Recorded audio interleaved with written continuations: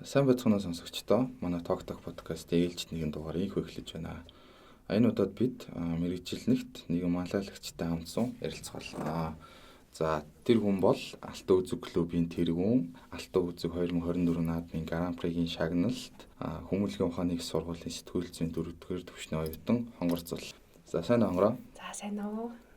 За хонгороо манай подкастын эхний сизонд орж исэн тий. Тэгсэн. За би яагаад одоо ингэж хамаа дахиад урьж оруулж ийн вэ гэхээр одоо тэр үед одоо ийм цол хэрмүүдтэй болоогүй байлаа шүү дээ. Одоо тэрнээс хойш одоо ингэ клубийнхаа тэргүүн боллоо. Олон жил одоо ингэ бидэнд ирээгүй байсан Гран При шагналыг одоо танаа баг авчирлаа. За тэгээд одоо тэр үеэс хойш ингээд юу өөрчлөгдөө, үзэл бодол одоо яаж өөрчлөгдөө гэдэг талаар одоо ярилцвал сонирхолтой юм болов уу гэдээ одоо өөрийг чинь ингээд урьж оролцуулж байна. Тэгээд урилгыг нь хүлээж авсанд баярлалаа. За намайг урьсанд бас баярлалаа. За би бас season 1-т нэлээд баг 2 дугаар дугаарт орж исэн Ток подкастын.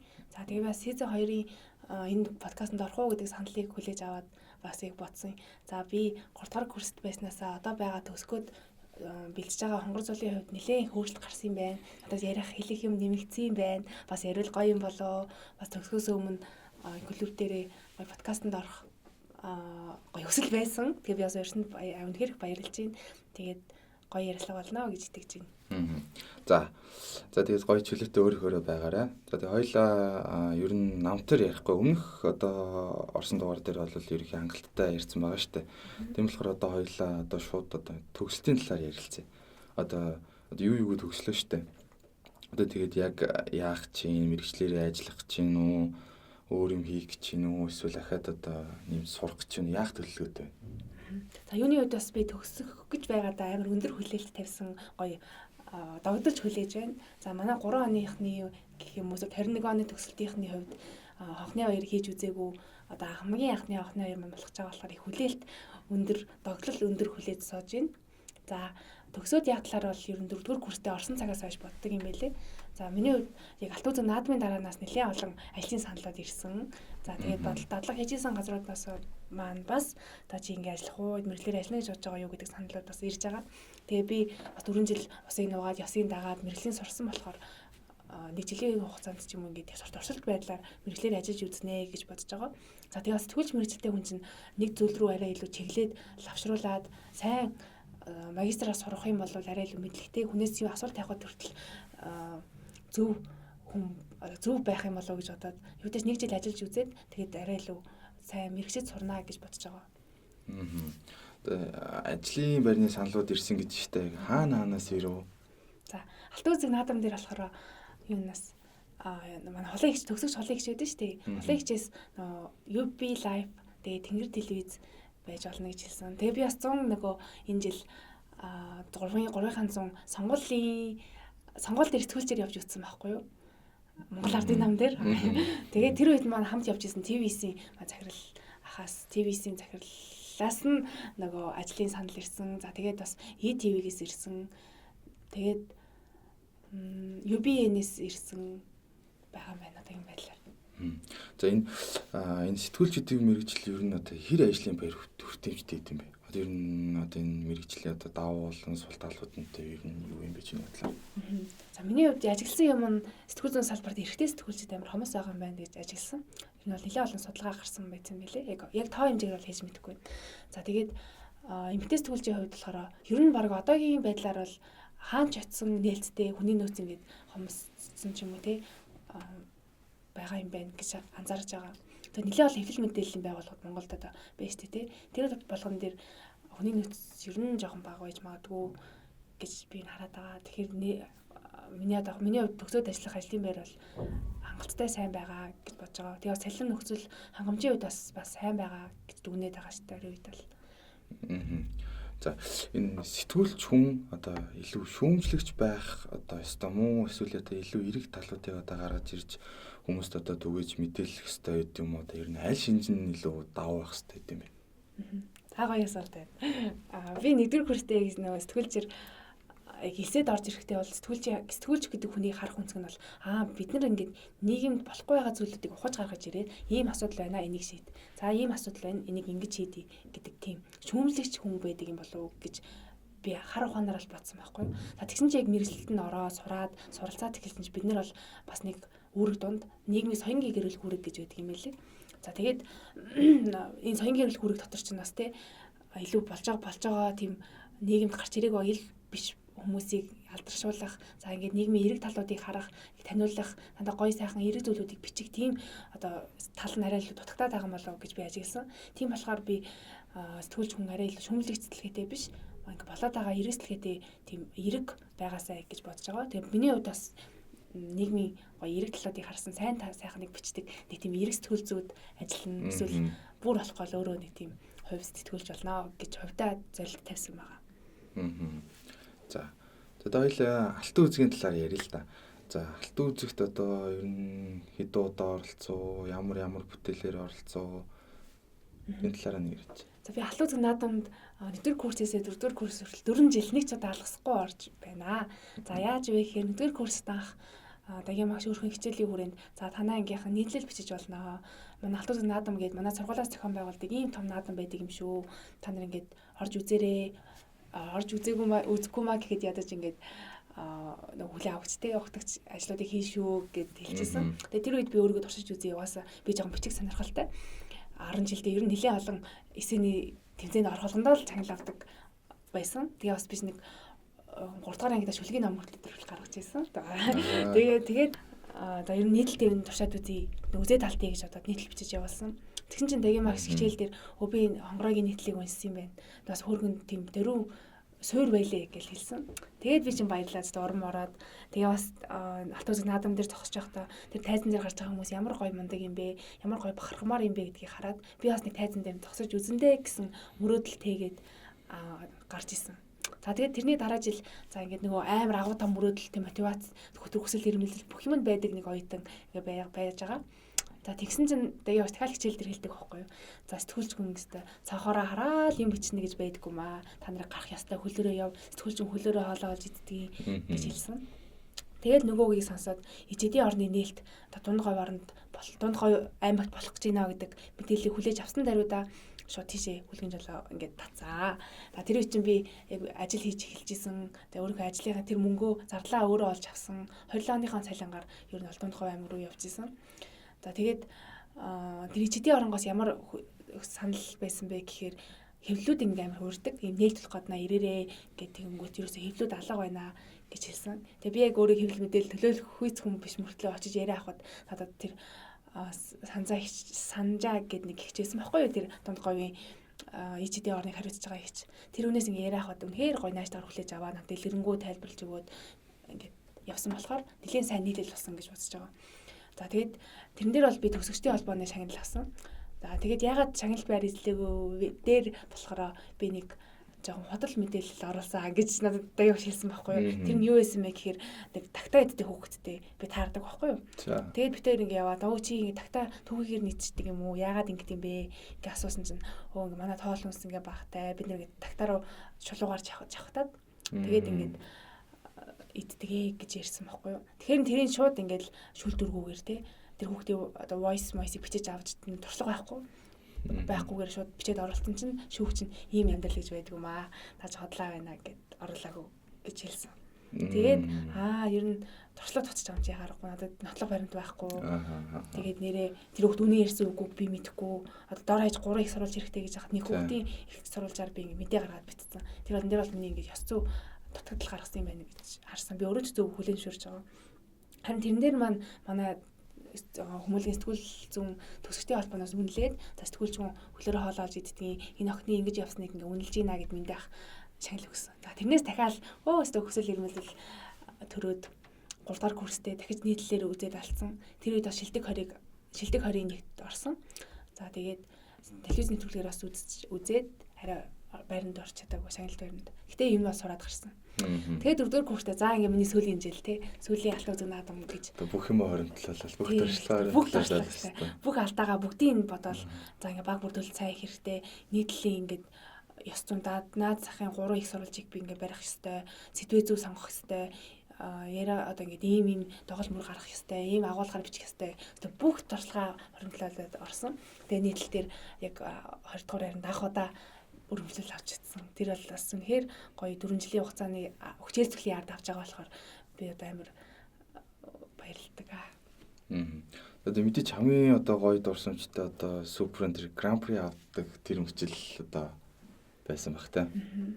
За тэр талаар нэг сэтгэл хангалтч. За ер нь бол манай багийн бүрдүүлэлт амар сайн байсан. Тэгээ юунаас харсан бэ гэхээр Бониотери нэг санаа нэг огтлцдаг санаа нь эрэг сэтгүүл зүг гэдэг юм үгэн дээр огтлцдаг.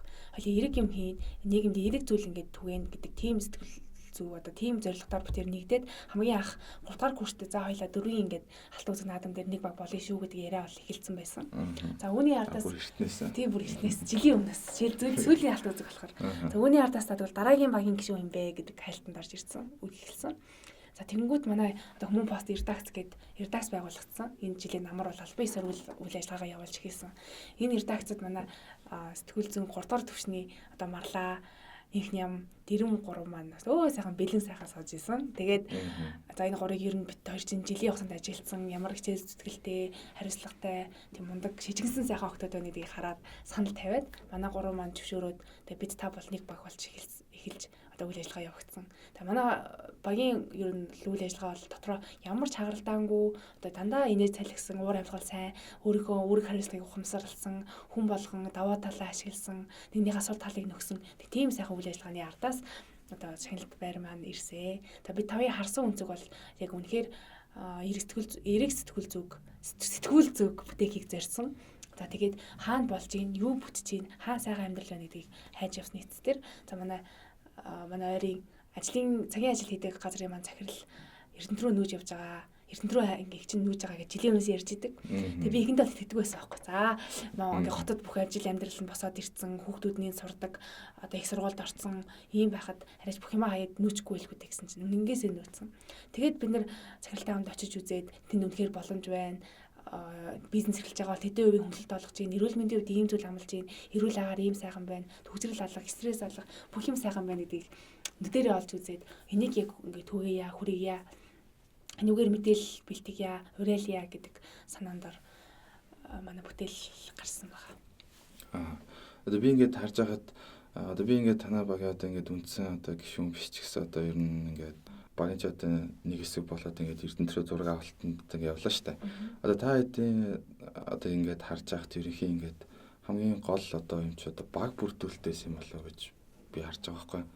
Одоо тэгээд ингээд та хэдийг харж байхад үнэхээр ингээд юм хийчихээр те. Ингээд үнэхээр гараас нь юм гарчхаар тийм сэтгэлтэй хүсэлтэй хүмүүс ингээд байсан байхгүй. Тэгээд одоо энэ амжилтыг чи одоо гол түлхүүр юм болоо гэж одоо миний хувьд бол харсан. Би бас энэ завшааныг ашиглаад чамд дахиад баярлалаа гэж хэлье. Үнэгээсээ чи байсан болохоор манай зураг авалт маань амжилттай болоод ийм гоё болсон гэж бас бодож байгаа. За тэгээд би бас санал нийлж байна. Үнэгээсээ баг бүрдүүлэлт нь хэрэг ингээ сайн байсан. Хүн болгон даваа талаа толтол нь ашигласан. Сэтгэл зүрхээ бас толтол нь ашигласан. Тийм үнэхээр гоё дурсамж бүтээсэн гоё үйл явц болж өнгөрсөө. За тэгээд бас алт үзэг наадмаас ер нь хараад байхад жил болгон ямар нэг дурсамж те ард нь гарахад ингээд зөндөө олон гоё үйл явдал гарсан байдаг. Би тэндээс ингээд сайн найзаа олсон, одоо сайн багийнхнаа олсон, одоо зөндөө олон зүйлүүдийг олж авсан нь илүү гоё байдаг. Шагналаас илүү гоё санагддаг. Одоо тэр үед ингээл явж байхад ингээл Эрдэнэт рүү явж байхад ингээл цотраалж байгаа юм ингээл ядарчлээс те.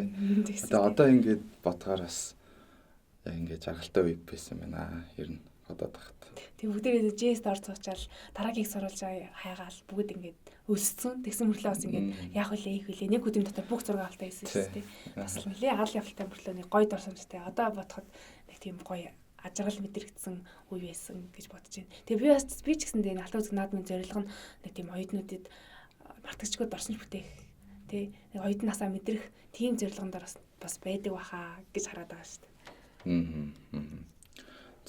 За манай хонгорч одоо алт үзэг клубын тэргүүн байгаа. За тэгээд одоо тэргүүн болсноос хойш одоо ямар ажлуудыг хийв, ямар бэрхшээлүүд гарч ирэв, одоо тэднийг одоо яаж туулав? За ер нь хамгийн анх мэдэх ёстой зүйл нь бол юу юм бэлээ? Клубын зорилго амар чухал. Клуб яагаад байж байгаа гэдэг зорилгыг ухамсарласнаар дараагийн үйл ажиллагаанууд ингээд илүү сайн яг ингээд зорилготой хүрэх үйц үр дүнтэй гарч ирэх юм бэлээ. Тэгэхээр манай клуб яагаад анх нэгдсэн бэ? Сургууль одоо бүх мэрэгжлийн клуб байгаа, сонирхлын клуб байгаа, бүх зүйл нээлттэй байдаг. Оюутны хөгжлийн төв за ингээд сургуулиас бол ингээд тултал нь ингээд тусалж ажилладаг. Бис өөрөө мэдэрсэн энэ жил. За тэгэхэд яадаг вэ гэхээр манай клубын зорилго маань тэхэмд байгаа бүх оюутнуудыг тэхэндээ ингээ илүү дуртай болгох, тэгээд сургууль дээрх цаг өнгөрүүлэх, за дээрэс нь тэхэм дотроо уур амьсгалыг, гоё уур амьсгалыг, халуун дулаан уур амьсгал бүрдүүлэх, нэгнтэйгээ багаар айлт сурах, за нэг ажлын ард гарч сурах, за нэг ийм олон даваа тал тийм зорилготоор ингээ манай клуб бол үйл ажиллагаагаа явуулж байгаа. Энэ жилийн хувьд болохоор манайх нэг 13 ерөнхий үйл ажиллагаа намар төлөвлөөд за үнийг бас 100% гүйцэтгэлтэйгээр одоо ард нь харцсан тий сууж байна. За энд маань болохоор бид нэр бас зөндөөл болон дурсамж бүтээлээ. Зөндөөл болон ажлын ард гарлаа. За одоо хамгийн онцлог ивент маань болохоор Алтан үзэг наадмыг энэ жил бас Алтан үзэг клуб гоё хамтраа тий одоо зохио ингээд хүлээж аваад зохион байгуулсан тийм нэг тийм гоё хэлмээр тийм бардмаар ч юм уу тий нэг тийм гоё зүйлээс юм болов уу гэж харж байгаа. Тэгээ хамгийн гол нь техникийн хүмүүс чинь бүгдээрээ тийм шинслээсээ оролцдог ямар ч юмд тий санагддаг ш. Одоо жишээ нь бид манай багийн үйл ажиллагаан дээр чи ингээл бүх өдрөний өдрөө зориод ингээд золиол бид нартай хамт явж идэг. Тэр хүн 50 дахиад хамт өргөөл явж идэг. Тэг хүн болгонд нэг чинь сэтгэл байдаг техник гэсэн ч юм уу нэгээ гэсэн ч юм уу. Тийм уур амьсгал клубээс үүсэлт юм болоо гэж боддог. Одоо тэр намрын танилцах зугаалгыг хүртэл жил болгон хийдэг. Клуб одоо ингээд хариуцдаг тий клубын дор явж байгаа гэж бодоод байгаа байхгүй юу. За хаврын зугаалгыг бас жил болгон хийдэг. Спорт наадмыг бас жил болгон хийдэг. Бүгдийг ингээ амжилттай ингээд хийж байгаа. Тэгээс техникийн маань тийм гоё хүмүүс нэгээ гэсэн халандлаа сэтгэлтэй, цанаашлагтай, тийм гал дөрвөлсэн тийм гоё хүмүүсээр манай техник бүрддэг гэж боддог. За одоо чи одоо ингээд удахгүй ингээд төгсөөд явлаа штэ. Одоо чамаг явсны дараа одоо энэ Алтан үзэг клуб одоо яг ямар байгаасэ одоо цаашдаа яг ингээд ийм үйл ажиллагаануудаа ингэж авч үлдээсэ гэж одоо хүсэж байна. Одоо дараа жилийн хувьд одоо Алтан үзэг наадмын 15 жилийн явуулж байгаа байхгүй юу.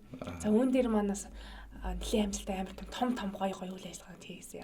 Тэгж бодож байгаа. Тэгээ би бас амар ихтэй байгаа. Миний дараагийн тэргүүн маань одоо 1-р курсын пүүжээ сонгогдсон. Энэ багш нарын сонголт, ангийнхны сонголт, клубийнхны сонголт гэдэг нэлийн олон зүйл харгалзаж үзээд пүүжээ одоо тэргүүнээр сонгогдож байгаа. За тэгээд миний одоо заавал өргөлүүлээсэй гэсэн юмуд бол мэдээж жил болгон болдог. Спорт өдөрлөг байна, намрын зугаалга байна, хаврын зугаалга байна, Алтан үзэг наадам байна, кино ивент байна. За өөр одоо бента өдөрлөг, цагаан сарын золголтууд тий ийм зүйлүүдийг бүгдийг авч үлднэ гэж би бас итгэж байна. Энд бас надаас эхэлтэй юм биш. Манай өмнөх тэргүүнүүдээс одоо ингэж иржсэн зүйлүүд. Тэгээ ер нь бол Алтан үзэг клуб нэг тэргүүн гэж ярих амар томцсон хэрэг бах. Одоо манай клубийн ажил дандаа нэг тийм техникийн хүүхдүүдийн тийм хичээл зүтгэлээр явдаг. Тэгээ би зүгээр тэр нэг тийм гоё нэр зөөцөн л хүн байж идэг. Аялал гэж боддог. За хоёул тэгэл одоо ингээд шинээр одоо манад дисж орох гэж байгаа ч юм уу эсвэл одоо ингээд сэтгүүлч мэрэгчлийг ингээд сонирхож байгаа түүнэрт одоо тийм манай одоо тиймд одоо эсэж орвол ямар давуу тал байна, ямар зүйлсийг хийх боломжтой нэг хэлж байгаа л да. Тэгээд дээрээс нь хоёул нэг хэмээ клубээ жоох рекламтч л да. За хоёул бүр ихнээс нь хэлье. За би ингээ 10 жилээ төгслөө. Би ингээ оюутан болох гэдгийг бэлдэж байгаа байхгүй юу? За би оюутан болох гээд ямар хүлээл тавьсан бэ гэхээр нөгөө бид нар чи яг бүгдээр үзсэн те нэг голын даашинж масанжиг үзсэн, мартагчгүй намрыг үзсэн. Тэнгүүтэл нэг тийм оюутан болчвол нэг тийм гоё яхагч, гоё хүн болчих юм шиг санагддаг. Тэхим ингээл амар гоё хүмүүс хүлээж байгаа юм шиг санагддаг. Юу хүлээж байгаа бол нэг тийм хэцэл догтлолтой ордог. Тэнгүүт одоо чинээр орж байгаа техникийнхаа хүмүүстэд ч юм уу те манай техник яагаад сонгох вэ гэдэг амлалтуудын номер 1-т бол би техникийн уур амьсгалыг те амлана. За хоёрдугаартаас багш нарын уур чадрыг бас амлана. За гуравдугаарт маань сургуулийн орчин энэ жил оюутны хөгжлийн төв ямар гоё засвар хийгээд гоё үйл ажиллагаанууд ингэ жил болго явдаг. Оюутны хөгжлийн төв оюутнуудаа яаж дэмждэг, багш нар оюутнуудаа яаж дэмждэг бодог бүх тийм сайн оюутан хүнд гаргах ёстой тийм нөхцлүүдийг бүгдийг надад манай сургууль хангацжээ. Тэр дандаа манай техникийн бас техникийн уур амьсгал зохиогддог үйл ажиллагаа, төгсөгчдийн эргэх холбоо тийм нэгдсэн одоо нэг тийм одоо юу мэр юм техникмэрээ бол техникийн уур амьсгалыг бол би гээд хоёр гараа өргөд амлана. Тэгээ дээрээс нэмэлтээр одоо сая манай олон улсын харилцааны Алтан гэргийн клубын тэргүүн надад өнгөц хэлж байгаа байхгүй юу? За танай клубыг би ажиллаад хахад тийм студтэй тий. Студ дотроо гоё халуун лавар амьсгалтай, байнг тэнтэй байж идэг. Тэгээ дээрээс нь мэрэгчлэлтэйг амар ойрхон байлгаж чаддаг. Жишээ нь бидэрсэн зураг дардаг, микрофоноор бичлэг одоо микрофоноор хоолойгоо бичдэг. За дээрээс нь шууд камера аваад бичих боломжтой, эвлүүлэг хийх боломжтой. Сургуулаар дүүрэн лабораторид бүхэл тийм одоо хэдэн хүүхдүүдэд зориулсан ноутбук одоо компьютерод байж гин, хүндэр ордны Wi-Fi байж гин, Premiere дээр шууд эдитээ хийгээл ингээл юу ч хийх ингээ бүх юм нээлттэй байгаа.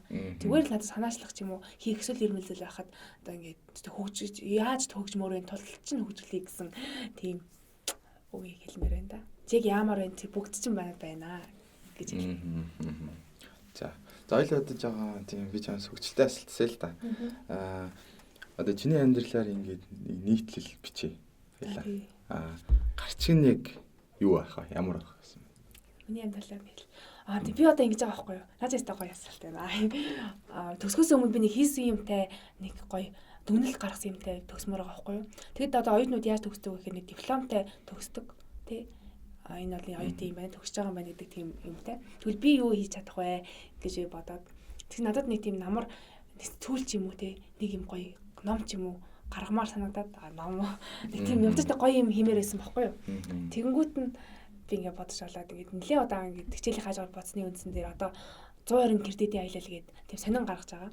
Би нэг лаах ингээд цомхон гаргая гэж бодсон байхгүй юу? Тэгсэн чинь ингээд дагийн магшд ингээд хэлээд өө нэг ийм санаа байна. Та юу гэж бодож байна гэдгсэн чинь ингээд дандаа л дэмтгэл л дээ. Дахиад дэмцсэн. Би одоо ингээд юу яаж туслахаар байна? Редакторлээ ямар байна? Иймэр байна. Өмнө жилүүдэд ийм юм болж исэн гэдэг саналтай гаргасан. Тэгээ би яг төсгөөс өмнө тийм 120 кредитийн аялал гээд сонин ангийнханаараа гаргаж байгаа. Манай ангич одоо 28 улаа. Тэгээд хүүхд болгон дээр одоо дурсамж бичүүлээд ч юм уу нэг тийм юм гаргамаар байгаа. Тэгэхээр би нийлэл гэвэл нэрийг 120 кредитийн аялал гэж одоогийн байдлаар өгнө. Яагаад гэвэл яг оюутнаар л төгсөж байгаа болох. Бас хамгийн яар сэдв гэж бодсон. Цой санаа энэ тэ. За тэгвэл л штэ. Замд ингээд ерөөсө хүнд хэлж байгааг нэг тийм ноц байна уу? За ер нь хүн болгон тийм ноцод байдаг штэ тий. Би одоо бодвол би одоо нэг season 1-т ороход та энийгээ ярихгүй яасан гэдэг нэг яа ингээд битэр багчтаар ярьсан байхгүй юу. Тэр үед би нэг 10 жилд нэлээ нийгмийн идэвхтэй хөлтөөсөн. Би ч одоо төгсөлтөө ер нь нийгмийн идэвхтэй гэдэг гадуур дотор үйл ажиллагаа юу байна ингээд сайн дурын байгууллагуудад амар очиж ажилладаг байсан. Тэгээ гүүдний борт байсан, Save the Children байсан. Тэгээ Save the Children байхад одоо манай Азийн хүний эрхийн хүүхд хамгаалагч гэдэг нэг охин байдаг байсан байхгүй юу. Тэгсэн чинь тэр охин одоо Монгол орнд даяар охтын өслөг гэж одоо юм болдог тий. Тэрс надад амар муугай санагддаг байсан байхгүй. Сэтгүүрээ ингээд урлаг зааланд ингээл зогсоочоод тэгэхээр хийвэл болно тий. Тэгвэл сургууль имлэг биш гэдэг тийм хөдөлгөөн явуулсан байхгүй. Тэнд би одоо бас судалгааны ажил дээр нь хамт тусалж оролцсон. Тэр бол миний нэлийн бахархмаар юм байсан. Тэгээд түүгээрээ дамжуулаад надаа одоо нөгөө хүлээлгөөрөө гэдэг подкаст байдаг шүү дээ тий. Тэр подкастт орох ингээд санал ирээд тэгээ би өөргөнд ингээд царай гаргаагүй яг нэрээ насаа одоо хүүсээ гаргаад нэг эрэгтэй хүүхэдтэй хамт нөгөө ямар залуучууд илээ хүчрэггүйгүүд билүү тийм төрлийн бас байгууллагын тэргүүнтэй хамтраад бид тэр нэг подкастт орж ирсэн. Тэгээ би нэг тий хүмүүс ер нь нэг хэлдэггүй. Тэгээд би тэгээ тэрний орчоод оройн гэрийнхаа үүд нэгээ суугаад юу хийж вэ? Би юу хийж вэ? Буруу юм хэлээ гэж боддог. Гэтэ яг намайг гэж хинч мэдээгүй. Манай нэг ойрын найзууд мэдсэн. Ээж мэдсэн. Тэгээд энийг бол би бас нэлийн гоё факт гэж боддог. За тэрийг олж үзье да. Одоо нэг гоё жишээ хэлэхэд бас юу яасан. Би одоо энэ жил төлбөрийн тэтгэлэгтээ сурж байгаа. 100% тэтгэлэгтээ сурж байгаа. Энэ л 2 дугаар курст одоо манай оюутан сэтгүүл зүгээр сурдаг оюутнуудын дунд Баттор цан гэдэг нэг тийм уралдаан болдог. Энэ болохоор хоёр шаттай. Нэгдүгээр шат нь болохоор эссе бичнэ. Хоёрдугаар шат нь болохоор телевизийн нэвтрүүлэг бэлдэнэ. За энэ болохоор 2 жил бас хүч үзээд одоо 3 дугаар курстээ тэргүүн байрыг аваад энэ жилийн хувьд төлбөрийн 100% тэтгэлэг авсан. За. Тэгээ ер нь бол би нэлийн өндөр кредит үзэх байсан. 51 кредит дээр хөнгөлөлт авсан. Тэгэхээр нийгмийн идэвхтэй одоо хаана юу вэ гэдэг боломжуудыг ирж хайвал хааж боломж байт юм лээ. Тэгээ бас энэ нь бас клуб дээр гарч ирсэн шүү дээ тий. Одоо манай клуб болохоор намар Монголын баримт шалгах төвтэй хамтарч ажиллаад одоо баримт шалгагч оюутны клуб гэдэг клуб үүссэн. За тэр одоо ямар даваа талуудыг олгосон бэ гэхээр сэтгүүлч хүн чинь одоо сошиал дээр явж байгаа худал мэдээллүүдийг мэддэг тийм дархлаатай байх хэрэгтэй юм байлээ. Тэнгүүд 10 жил биш оюутан байхад нь тэр сургаад өгчүүл те. Оюутан байхдаа бид шалгаад тэр төлүүдийг ашиглаад энэ худал мэдээлэл байна, ийм байна, эндээс их үүсвэртэй байна гэдгийг мэдээд авчих юм бол ирээдүйд ажлын байранд гараад амар хэрэгтэй юм байлээ. За тэгээд үүнээсээ улбаалаад бид нар одоо баримт шалгах оюутны клубээсээ нэг баримт шалгаад бар 50,000 төгрөгийн урамшуул аваад нэг мэдээлэл бэлтгээд 80,000 төгрөгийн урамшуул аваад одоо чиглүүлэгч оюутны урамшуул гээд маш олон одоо тий ажил хийхгүйгээр санхүүгээ болгох боломжууд нэгдэж эхлээд за тэгээд ер нь бол бид нэр бас Алт үзэг наадмын Эрдэнэт рүү явах зардлаа тэр клубээсээ гаргаж авсан, цалин авсан. Энэ бол амар тийм олзуурхуйчтай гоё боломж байсан юм болов уу гэж бодож байгаа. Тэгэхээр ч одоо ер нь оюутан болгонд л ер нь хүн болгонд л боломж бүгдэнд нь нээлттэй байгаа тийм. Тэгэхээр хичээлийн хажуугаар ажил хийхгүйгээр аав ээжээсээ ингээд мөнгө авахгүйгээр хэрэг өөрөө сэргэлэн тэгээд ийм тууштай ийм байвал одоо боломжтой бүгдэнд нь нээлттэй байна шүү дээ тийм. Тэгээ хааж байдаг юм бэл. Тэгээ бас нөгөө ингэдэж хүмүүс би нэг оюутан насаа мэдэрмээр байна гэл одоо манай найзууд ярьдаг байхгүй би нэг оюутан нам мэдрэхгүй төгсчлөө штэ гэл ярьдаг байхгүй юу. За тэнгуут нь тэгвэл оюутан насыг одоо яаж мэдрэх юм бол тэгээ би одоо төгсгöd нэг одоо 2 7 хоног үлдчихлээ штэ одоогийн байдлаар. Тэгвэл би юу хийвэл би ингээ оюутан үедээ ингээ байсан амьдрсан шиг байх байсан бэ гэл ирээд бодлоо. Тэгсэн яасан бэ гэсэн чи одоо бодо найзуудтайгаа гарах тийм цаг үеуд байна. Хаа нэг хичээл таслах үе байна. За тэрийг бол муул зүйлтэй. Гэтэ хамгийн гоё зүйлүүд нь те наад одоо уралдаан тэмцээнд бэлдэж байгаа одоо клубийн ивент хийх гээ, шинэ жилийн ивент хийх гээд өмнөх өдөр нь одоо бид нэг техмэрээ тойр цугаад гоё нээлттэй нэг гоё мэдээд те нэг бэрчгийн идээ сууж байгаа нь тийм илүү гоё дурсамжууд юм байна. За тэгээд бас бидний хамт байсан тэр одоо аялал зугаалга техмийн ямар нэг тэмцээний ард дүнзэн олонд орсонж байдаг юм байна. Энд чинь яг оюутнасаа мэдрэх үе юм шүү. Тэгж нэрлэж болох юм шүү гэж бас би бодож байгаа. Тэгээ би одоо бас нэг зорилготой төгсөхөөс өмнө итэг үний брэшкэж үсчээ төгсөе гэж бодож байгаа. Тэгээ би төгсөө гарч бол баг идэх боломжгүй юм шиг байлээ шүү дээ. Гэж харсан. Тэг. Хитрхи хичээлгээд явчих юм бол бас нэг жоохон дурсамжгүй төгсөх нэг тийм сул тал байх та. Тэгэхээр яг аль алингийн нэрхий яг баланстай хослуулаад тийм мэдээж хичээл хийх хэрэгтэй л да. За хоёлаа нэр одоо сонсогчтой нэг мэдээлэл хүргэж. Одоо энэ 5 сарын 7 буюу одоо 3 дахь өдөр одоо манай клубээс одоо зохиодог одоо кино өдөрлөг одоо болох гэж штэ. Одоо энэ талаар нэг хоёлаа мэдээлэл одоо Алтан гэргийн клубтэй хамтарч байгаа штэ. Тий. За энэ жилийн хувьд манай Алтан гэргийн клубт яагаад хамтарч байгаа вэ гэхээр бид нэр 3 дугаар байрны 206, 207 гэсэн тийм яг зэрэгцээ байдаг хоёр ангид манай хоёр клуб манд байрладаг. Тэгээ манай клуб ер нь нэлээд ажилладаг байхгүй юу? Алтан гэргийн клуб. Одоо Алтан гэргийн чи олон улсын харилцааны мэрэгжлийн клуб. За эднийг болохоор ингээд хурал болгон дээрээ тийм цагаан цамц харг гонж тийм гоё хувцуудаа дипломат хувцуудаа жигдэрдэг. За дээрээс нь цагаан яс баримталдаг. За 7 хоног болны 3 дахь өдөр хурал хийдэг юм байна. Тэдний ингээ бөөндөө явж идэг юм байна. Клубдээ хүн шалгаруулж авдаг юм байна. Зөндөө олон юм бид нар ажилласан. Тэгээд Алтан гэргээс бид нар юу сурья? Эдний хүнхээ зохион байгуул сайтай юм байна. Гэж дүгнээд тэгээ манай хамгийн том ивент болох кино ивент дээр хаврын ивент дээр хамтрия гэдэг санал тавьсан. За манай эдэн бол бас уугантаас гой зөвшөөрч өгсөн. За одоо манайх мэрэгжлийн онцлогоор сошиал маркетинг гаргаж аваад тэднийг болохоор үйл ажиллагаа итгчүүлэлт тал дээр арай илүү бас санаачлаг гаргаад ингээд нэг хатгсан гар шиг нэг тийм сайхан хамтрал болоод явж байна. Одоо тийм кино ивент болохоор 2 хоногийн дараа волонтер хав дээр өмнө жилийн кино ивент болсон газараа болохоор болсон. Тэгээд одоо манайх таксаа бол 2 дугаар байрны 2 давхарт борлуулж байгаа. Эрэгтэй эмэгтэй тэгээ хосын такс гэж гаргаж байгаа. Тэгээ эрэгтэй нь улаан тууз, эмэгтэй нь шар тууз зүгээд жигдрээд одоо сургууль даяар нэг тууцтай хүмүүс ингэ яваад байгаа санагдаж байгаа. Тэгээд тийм байна. Тэгээ би ер нь бол одоо оюутан байхдаа надад нэг хүн хэлжсэн байхгүй юу? Оюутан байхдаа ер нь бол алдах боломж байдаг. Чамаа хин ч ингэж шүүмжлэхгүй, хин ч ингэж чамаг муу хэлэхгүй, буруутгахгүй. Харин чи ажилтны байр дээр гараад ингэ дипломтой болоод ирэхээр чамд харин буруу хийвэл чи ингэ хариуцлах хүлээх ёстой гэж хэлсэн. Тэгээ би оюутан байх үед нэлээд олон удаа алдъя гэж боддог. Одоо би ингэ алдаа гарахаас ерөөсөө айдаггүй. Би оюутан юм чин гэж бодож байгаа. Тэнгүүд нэг 100 ингэ дадлага хийдэж штэ тийм. Манай мэрэгжлийн онцлогч нэгдүгээр курсээс танилцах дадлага, үйлдвэрлэлийн дадлага, мэрэгжлийн дадлага гэж хийдэг. Тэгэд би энэ жилийн хувьд нэг 3 дахь курсыг хавар нэлээд том дадлага руу явж арсан. Энэ юу гэсэн бэ гэхээр би энэ жил Монгол Ардын намын одоо сонгуул боллоо шүү дээ 2024 онд. Тэнд одоо ингээ бүхчилсэн энэ жилийн сонгуулийн хувьд бол ингээ бүхчилсэн тойрогоор ингээ томсгосон тойрогоор сонгуул болсон. Тэр үед болохоор би 21 хоногийн хугацаатай юу зүүн аймаг руу зүүн бүс рүү сонгуульд явсан. Энэ болохоор тэгээ Монгол Ардын намын одоо ер нь албар сэтгүүлч гэж явж байгаа байхгүй юу тий. Одоо нэг тийм 10 сайт Монголын нэг шилдэг 10 сайт хоорондоо гэрээ байгуулад Монгол Ардын намтай. Тэгээ шууд лайв шууд ингээд ярилцлага ингээд нэвтрүүлэг бэлтгэх тийм гэрээ байгуулсан юм бэл. Тэгээ би ингээд төсөгчийн холбоогоо ашиглаад яг шиг одоо цар хүрээ тий. Тэлэг ингээд дагаад юу зүүн бүс рүү 21 хоногийн хугацаатаар явсан. Тэг ер нь бол би хараад хахад манай мэрэгжлийн одоо нэг мэрэгжил үнэлэх тий. Одоо хүний үнэлэмж нь амар өндөр юм байна гэж утсан. Би одоо 21 оны хугацаанд ажиллаад бас нэлээд өндөр хэмжээний цалин авсан. Тэндээс нэлээд олон хүрээлэлтэй болсон, гоё хүмүүстэй танилцсан, суралцсан. Тэгээд тийм байсан. Тэгээ би хамгийн анх очиод нэг тийм туршлага үнгээсээ хүнд амар хэрэгтэй гэдэг юм лээ. Юу ч мэдэхгүй. Нэг ямар хүмүүстэй хамт явж байгаагаа мэдэхгүй. Тэг тийм анхаарал мэдээлэл амар дутмаг байсан. Зурглааш тавлахна хамт явцсан. Тэгээ сэтгүүлчгээ явцсан. Тэгээд тэгсэн чи би юу ч мэддэггүй. Тэгээ зурглааш тагаа битэр муудаа техний өдрөө хоёр тийшээ хараад. Чи ингээд мэдээлэл ингээд хийгээгүй ирсэн байж тээ гэл. Тэнгүүд надаа юу ч хийлж өгөөгүй штэ гэл. Тэгэл би шарандаа тэр шөнө ингээд нэг ч унтахгүйгээр шүнжэнгөө ингээд уцаараа ингээд хамт явж байгаа 7 хоног. Долоол ингээд бүх намтар интернет талаар ямар мэдээ гарсан яасан хийсэн бүгдийг ингээд амар судлаад дараа өдөр нь би шал өөр болоод шууд ингээд та тийм ажил хийсэн байсан. Тэрнийхээ талаар яриач мараач гэсэн чимаа зурлаас чи яасан юм тэгэхээр сүүл чи байх таахгүй байх юм дөө. Яг зөв гээд. Тэгээ би тэрнээс хойш сэтгүүлчгүй юу нэгээд юу асуух цагаа, юун дээр очиж байгаа, хинтээ ялж байгаагаа ингээд мэдэх нэг бидний бас нэг том үүрэг юм байна штэ гэж би одоо бодож байгаа штэ.